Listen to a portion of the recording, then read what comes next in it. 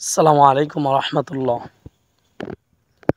প্রথমেই আমার যে চিন্তাটা আসে সেটা হচ্ছে, আমি তো সেলিব্রিটি না, আমাকে কে চিনে বা আমার ভিডিওগুলো কারা দেখবে? দেখেন, আপনার দ্বারা কি হবে আর আপনার দ্বারা কি হবে এটা আপনি নিজেও জানেন না। আমাদের দেশে যারা বর্তমানে কাজ করতেছে বড় বড় উচ্চপদস্থ স্থানে, তার আগে ছোটোবেলায় জানতো তার দ্বারা এগুলো হবে? বা সে যখন লেখাপড়া করে তখন কি বুঝতে পারছে সেই পর্যায়ে চলে যাবে? তো আল্লাহ তাআলা তাকে ওই পর্যায়ে নিয়ে গেছে। তো আমরা যারা কাজ করতেছি, আপনারা যারা করেন, কেউ তো আর বলতে পারবো না যে আমি কোন পর্যায়ে চলে যাব বা আমার দ্বারা কি হবে। দেখেন, অনেকেই বর্তমানে সোশ্যাল মিডিয়া টাকা আর্নিং করতেছে, ইনকাম করতেছে, যাদের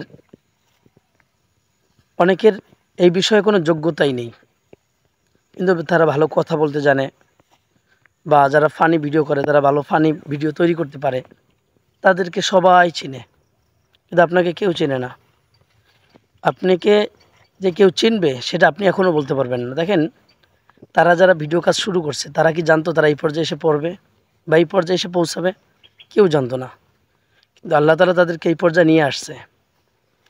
এজন্য ধৈর্য না হারিয়ে, এটা না ভেবে যে আমি কি করব বা আমার দ্বারা কি হবে এটা না ভেবে আমি কিছু করার চেষ্টা করব, এটা ভাবুন। আর একটা জিনিস কি, যারা বড় হয় বা মানুষ যখন বড় হয়ে যায় বা বড় হতে শুরু করে, তখন কিন্তু সেটা উপলব্ধি করে না যে আমি বড় হচ্ছি। আপনি যদি বড় হন, মানে হতে চান, তাহলে কখনোই বড় হওয়া সম্ভব না। আপনি যদি চান ভালো কিছু করবেন বা ভালো কিছু করার চেষ্টা করবেন, দেখবেন ধীরে ধীরে আপনি বড় হয়ে যাবেন, কিন্তু আপনি সেটা উপলব্ধিও করতে পারবেন না। তো যাই হোক, এর জন্য কথা হচ্ছে, আপনার দ্বারা কি হবে, আপনি কি করতে পারবেন এটা না ভেবে আপনি কি করবেন সেটা ভাবুন। সুখ এমন এক জিনিস, সুখের পিছনে ছুটলে সুখ পাওয়া যায় না।